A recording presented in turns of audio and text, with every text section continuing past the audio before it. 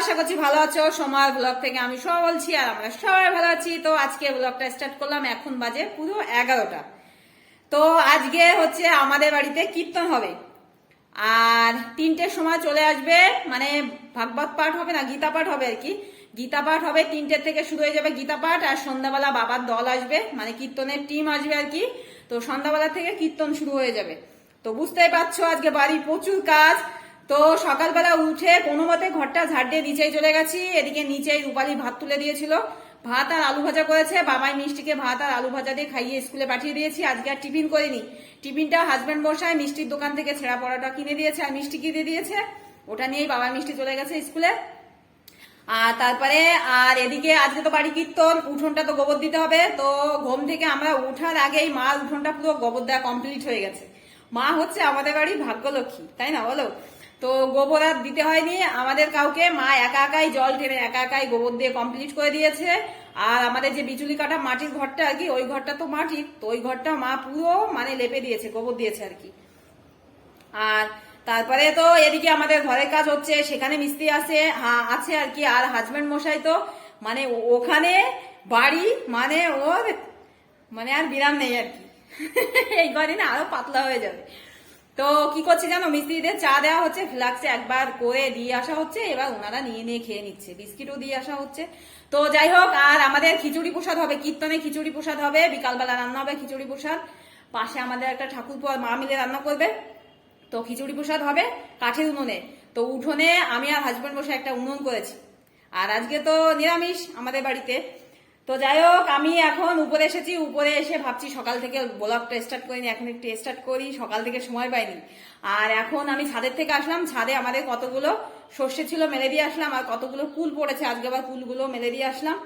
আর আজকে আমার খাবার দাবার খাওয়া কমপ্লিট হয়ে গেছে, স্নান পুজো হয়নি, আজকে আমি খেয়ে নিয়েছি। কেন? কারণ আমার এখন অনেক কাজ। ঘরটা পুরো সুন্দর করে ঝাড় দেবো, তারপরে ঘরটা মুছবো, স্নান করবো, পুজো করবো, মানে আমার অনেক অনেক কাজ। ওই জন্য কাজে আজকে সকালে খেয়ে নিয়েছি, খেতে প্রচুর দেরি হয়ে যাবে। তো বেশি কথা বলছি না, এখন কাজ করি। হ্যাঁ,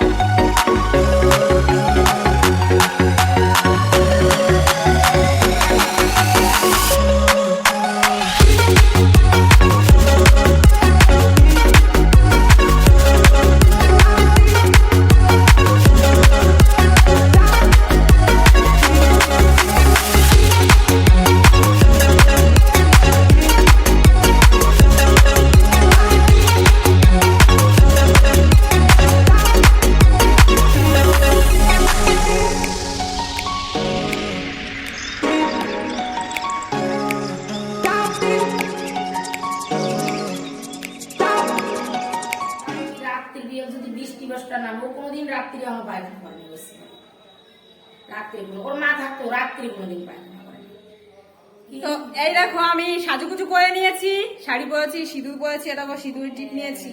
তো এখন বাজে 4:15। আমাদের গীতা পাঠ শুরু হওয়ার কথা ছিল 3টায়, কিন্তু আমাদের গীতা পাঠের টিম আসতে দেরি করে ফেলেছে। তো কাজেই দেরি হয়ে গেল। তো আমি গুছিয়ে নিয়েছি মোটামুটি, এখন আমাদের গীতা পাঠ শুরু হবে। তো আমি কেমন করে গুছিয়েছি তোমাদেরকে একটু দেখাই। হ্যাঁ, আর অনেক দিদিরা এসেছে, অনেক না মানে কেউ কেউ এসেছে আর কি। এই দেখো, এই যে কাকিমা, দাঁড়াও আমি তোমাদের ব্যাক ক্যামেরায় দেখাই। হ্যাঁ, সবাই তিলক না এখন সাজছে, আমি একটু সাজবো। তো এই যে গুছিয়ে নিয়েছি, দেখো ফল প্রসাদ কেটে দিয়েছি, ঘট বসিয়েছি এখানে। আর মিষ্টি দিয়েও এই যে একটা ভোগ দিয়েছি, মিষ্টি বলতে শুকনো মিষ্টি, মুদি দোকানের মিষ্টি ওইগুলো। আর এই যে আসন পেতে আমাদের পরম্পরা গুরুদেব রাধাকৃষ্ণ ঠাকুরগুলোকে পাঠিয়ে দিয়েছি। আর ওই দেখো হরিচাঁদ শান্তিমাতা, যেহেতু বাড়িতে রাত্রেবেলায় হরিকীর্তন হবে, ওই জন্য হরিচাঁদ শান্তিমাতাকেও তো রাখতে হবে, তাই না? তো আমাদের বাড়িতে হরিচাঁদ আর শান্তিমাতা নেই, পিসি শাশুড়ি মায়ের বাড়ির থেকে নিয়ে এসে এই যে আসনে দিলাম। আর এই দেখো বৃন্দা দেবীকে কত সুন্দর সাজুগুজু করানো হয়েছে, মালা দিয়ে বেশ গামছা দিয়ে কাপড় পরানো হয়েছে, কত সুন্দর দেখো। তো আমি পারি না, তো আমাদের পাশে একটা বউ করে দিয়েছে, কত সুন্দর, আমার ভীষণ পছন্দ হয়েছে বৃন্দা দেবীর এই কাপড় পরিয়ে সাজানোটা। আর ওদিকে আমি প্রদীপ ধরিয়ে দিচ্ছি, আর এদিকে তো তিলক নিয়ে সাজুগুজু করা হচ্ছে সবার। তো আমি এত ব্যস্ত যে আজকে একটু তিলক নিয়ে সাজুগুজু করব, সে সময়টা আমার আর হচ্ছে না। তো যাই হোক, প্রায় গুছিয়ে নিয়েছি। তো প্রদীপ ধরিয়ে এই যে ধূপ ধরিয়ে দিলাম, আর এই যে হরিচাঁদ শান্তিমাতাকেও মালা দিতে বাকি ছিল, মালা দিয়ে ফুল দিয়ে সুন্দর গুছিয়ে দিলাম, বাস পুরোপুরি গোছানো হয়ে গেছে। আর ওদিকে একটা গাবলায় ওই দেখো পুণ্যিপত্র দিয়েছি, চাল দিয়ে, পান দিয়ে, টাকা দিয়ে, সবজি দিয়ে সব গুছিয়ে দিয়েছি। আর এই যে বৃন্দা দেবীর এখানে ধূপকাঠিও ধরিয়েছি। আর আজকে গীতা পাঠ করবে হচ্ছে শোভা, তো গীতা পাঠের জন্য রেডি হয়ে গেছে। এদিকে এই যে বাবাও বসেছে হারমোনিয়াম নিয়ে, আর এদিকে অনেক দিদি কাকিমা সবাই বেশ চলে এসেছে। তো এই যে গীতা পাঠ শুরু হয়ে গেছে, তো গীতা পাঠ করছে তো শোভা, ওই শোভাই আমার বৃন্দা দেবীকে ওরকম করে সুন্দর করে কাপড় পরিয়ে সাজিয়ে দিয়েছে। তো ওর থেকে আমিও শিখে নিয়েছি, নেক্সট দিন এবার থেকে বৃন্দা দেবীকে আমিই কাপড় পরাবো। তো আমাদের বাড়িতে গীতা পাঠ হয়ে গেলে বাবার কীর্তনের দল আসবে। ব্যক্তিগণের দেবতার পূজা ক্ষণস্থায়ী, কারণ তাহারা দেবতার পূজা করিয়া দেবলোকে যান, আর আমার ভক্তেরা পরিণামে আমাকেই পাইয়া থাকেন। অল্প বুদ্ধি ব্যক্তিগণ আমার পরম ভাব না জানিয়া অব্যক্ত রূপ আমি ব্যক্ত অর্থাৎ তাহারা ভাবে যে আমি মনুষ্য, মৎস্য, কুর্ম ইত্যাদি রূপে জন্ম লইয়া থাকি, এইরূপ বিবেচনা করে।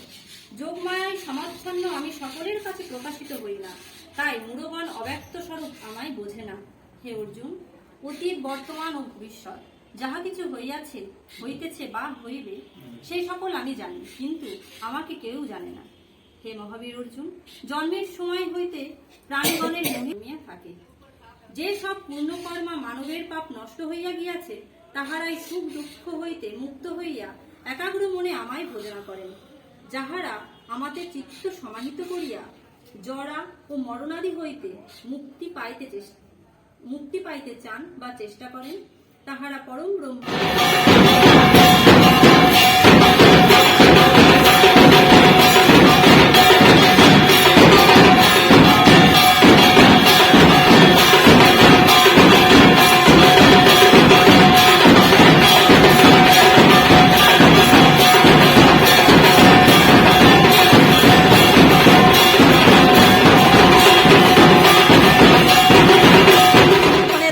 উপরে বসে কীর্তন শুরু করে দিয়েছে। আর আমি চলে আসলাম নিচে এসে এই যে মা করছে পায়েস, মাকে একটু হেল্পারি করব। তো গীতা পাঠের সময় তো বেশ অনেক সময় বসতে পেরেছিলাম, আর এই যে কীর্তনের দল চলে এসে কীর্তন শুরু করে দিয়েছে, কিন্তু কীর্তন ওখানে বসে শোনার মতন সময় নেই, কারণ নিচে এসে মাকে এই যে হেল্পারি করতে হচ্ছে। তো যে ঠাকুরপোটা মায়ের সঙ্গে মানে রান্না করবে আর কি, সেই ঠাকুরপো হঠাৎ করে খুব কাজ পড়ে যাওয়ায় উনি এখনও আসেনি, কাজেই মা শুরু করে দিয়েছে। তো প্রথমে তো পায়েসটা করেছে, এই যে পায়েস হয়ে গেছে, এখন আমি এই যে নামিয়ে নিচ্ছি। তো পায়েস হচ্ছে আমাদের ঘরের আতপ চাল দিয়ে পায়েস, কোনো গোবিন্দভোগ না আর কি, আমাদের ঘরের আতপ চাল দিয়ে। তো 1.5 কেজি চাল আর 7 থেকে 8 লিটার দুধ দিয়ে পায়েস করা হচ্ছে আর কি। তো আমাদের ঘরের দুধ আর ঘরের আতপ চাল দিয়েই এই পায়েসটা করা হলো। তো পায়েসটা তো হয়ে গেছে, মা তো নাড়তেই থাকছে, লেগে যাবে কেননা, আর আমি এই যে নামিয়ে নিচ্ছি। তো বেশ অনেকটাই পায়েস হয়েছে। আর পায়েসটা করার পরে এই যে মা খিচুড়ির জন্য তৈরি হয়ে গেছে, দেখো একবারে সব মশলা ফোড়ন দিয়ে, তেজপাতা, আদা টাদা যেসব মশলা দেবে আর কি, ডাল দিয়ে ওই যে ভেজে নিচ্ছে। আর এদিকে সবজি সব গোছানো হয়ে গেছে, কুমড়ো, ফুলকপি, টমেটো, এই যে গাজর, এই যে মিষ্টি আলু, আরও আছে এই যে হচ্ছে আলু, এই যে মটরশুঁটি ছাড়িয়ে নেওয়া হয়েছে, এই যে আমাদের গাছের সিম, সব সবজিগুলো ডাল ভেজে নেওয়ার পরে এই যে সবজিগুলো দিয়ে দিচ্ছে এক এক করে। আর এই যে হচ্ছে বিনস, তাই তো। তো ওদিকে তো সবজি ভাজা হচ্ছে খিচুড়ির জন্য, খিচুড়ি তৈরি হচ্ছে, আর এদিকে ঘরে পায়েসটা নিয়ে এসেছে রান্না করে। তো কত সুন্দর হয়েছে দেখো, বেশ অনেকটা হয়েছে, দেখতেও বেশ ভালো লাগছে। আর অনেকটা পরে এই যে দেখো প্রথম কড়াই খিচুড়ি হয়ে গেছে। তো প্রথম কড়াই খিচুড়িটা এই যে সবে সবে নামিয়েছে, এরকম দুটো গাবলা হয়েছে আর কি। তো এখানে এই যে একটা গাবলা আছে, তো প্রথমে একটু উপরে যে পাতলা পাতলা দেখা যাচ্ছে, কিন্তু একটু পরে গাঢ় হয়ে যাবে। আর প্রথম কড়াইটা পুরো মা রান্না করেছে, আর এখন সেই ঠাকুরপো চলে এসেছে। ঠাকুরপোর সব কাজ গুছিয়ে এখন এই দেখো সেই ঠাকুরপো রান্না শুরু করে দিয়েছে দ্বিতীয় কড়াই। মোট তো 2 কড়াই খিচুড়ি হবে, তো 1 কড়াই তো মা করে নিয়েছে আর পায়েসটা করলো মা। এখন ওই ঠাকুরপো এসে এই দেখো দ্বিতীয় কড়াই খিচুড়ি শুরু করে দিয়েছে। তো প্রথমে কাঁচা লঙ্কা, আদা বাটা, সব রকম মশলা দিয়ে তেলের পরে কষিয়ে নিয়ে তেজপাতা, এই যে শুকনো লঙ্কা, এখন ডালগুলো দিয়ে দিল। ডালগুলো ভালো মতন ভেজে নিচ্ছে। আর দ্বিতীয় কড়াইয়ের জন্য দেখো এই যে সব সবজিগুলো ছিল। তো মোটামুটি এই যে দ্বিতীয় কড়াইও হয়ে গেছে প্রায় দেখো। আর পাশে তো সবাই বসে গল্প করছে। আর এটা তো মাটি রেডিমেড উনুন, তাই না? তো মাটিগুলো তুলে ওই যে পাশেই রেখেছি। খিচুড়ি প্রসাদ হয়ে গেলে এর আর কোনো কাজ নেই, ওকে আবার বন্ধ করে দেবো। তো খিচুড়িটা প্রায় হয়েই গেছে দেখো, এই যে চিনি দিয়ে দিল শেষে একটু। আর এখানে সবাই বসে গল্প করছে, আর আমি চলে যাবো এখন একটু উপরে।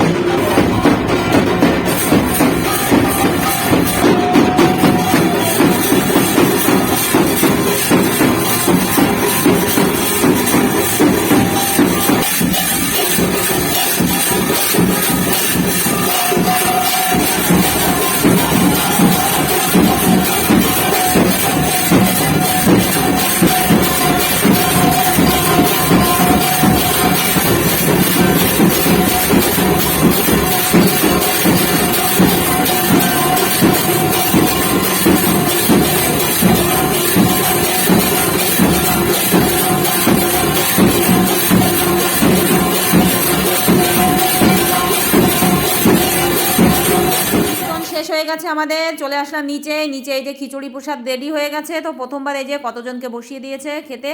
আর ভীষণ মেঘ হয়েছে, একটু আগে ঝড়ের মতন হয়েছিল, তো এখন আর হাওয়া নেই, বৃষ্টি পড়ছে। চলে আসলাম আমরা দুইজনে মিলে একসঙ্গে। একটু হাই করো আমার বন্ধুদের, হাই করলো তোমাদের। তো যাই হোক, এখন বাজতে গেছে প্রায় 12টা। তো আমাদের খিচুড়ি 1 কড়াই সবে হয়েছে, আরেক কড়াই যখন তুলে দিয়েছে তখন বৃষ্টি পড়া শুরু হয়ে গেছে। আমরা তো সঙ্গে সঙ্গে খিচুড়ির উপরে তাঁবু দিয়ে ঢেকে দেওয়া হয়েছে। তো বেশ, যাই হোক, খুব চিন্তা হচ্ছিল যে এত খিচুড়ি প্রসাদ হচ্ছে, লোক কোথায় পাবো খাওয়ানোর জন্য ঠাকুর। তো যাই হোক, আমাদের 2 কড়াই খিচুড়ি হয়েছে, মঙ্গল মতো খাওয়া হয়ে গেছে। আর অল্প একটু গাবলা, 1 গাবলা মতো খিচুড়ি বেঁচে গেছে, ওটা আমরা সকালে খেয়ে নেবো, ঠিক হয়ে যাবে। তো 2 কড়াই খিচুড়ি হয়েছে। 2 কড়াই খিচুড়িতে কিন্তু আমাদের সারা গ্রাম হতো না, আরো লাগতো, অন্তত আরো মনে হয় 2 কড়াই প্রায় লেগে যেত। কিন্তু আমাদের এই পাড়াটা আমাদের বাড়ি অনুষ্ঠান হয়েছে, আর আমাদের ওই পাড়াটা আরেকটা বাড়িতে অনুষ্ঠান হয়েছে আর কি। তো কাজেই সবাই সব জায়গা খেয়েছে, ওই জন্য আমাদের বাড়িতে 2 কড়াইতে হয়ে গেছে। তো যাক, মঙ্গল মতো খাওয়া হয়ে গেছে। এদিকে বৃষ্টিতেও বেশি জ্বালাতন করেনি, অল্প অল্পই বৃষ্টি হয়েছে আর কি, বৃষ্টিতে সমস্যা হয়নি, সবাই বাইরে বসেই খেয়েছে। আর খিচুড়ি প্রসাদ অনেক লোক, ঘরে বসে তো দেওয়া সম্ভব না বলো, তো তার জন্যই বাইরে বসে দেওয়া হয়েছে। তো যাক, এখন বাবা মিষ্টি শুয়ে পড়েছে। বাবা মিষ্টি বায়না করছে কালকে স্কুলে যাবে না। কালকে আমাদের এখানে বিয়ে আছে একটা, আমাদের পাশে একটা কাকুর মেয়ে পিয়ার বিয়ে আছে, বিয়েতে ভীষণ মজা করবে, ওই জন্য কালকে আর স্কুলে যাবে না। তো আমি ভেবেছিলাম স্কুলে পাঠিয়ে দেবো, কিন্তু ওদের বাবা বলছে, আমার হাজবেন্ড মশাই বলছে থাক, স্কুলে যাবে না যখন, কালকে একটু এনজয় করুক। তো থাক তাহলে, কালকে রিল্যাক্স, সকালবেলা উঠে কোনো তাড়া নেই কালকে একটু আরাম, তাই না?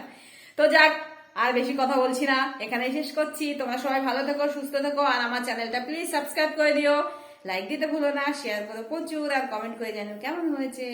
আর আমার যদি কোনো ভুল হয়ে যায় নিজের মনে করে ক্ষমা করে দিও প্লিজ। আর আজকের মতন টাটা, আর গুড নাইট তোমাদের সবাইকে।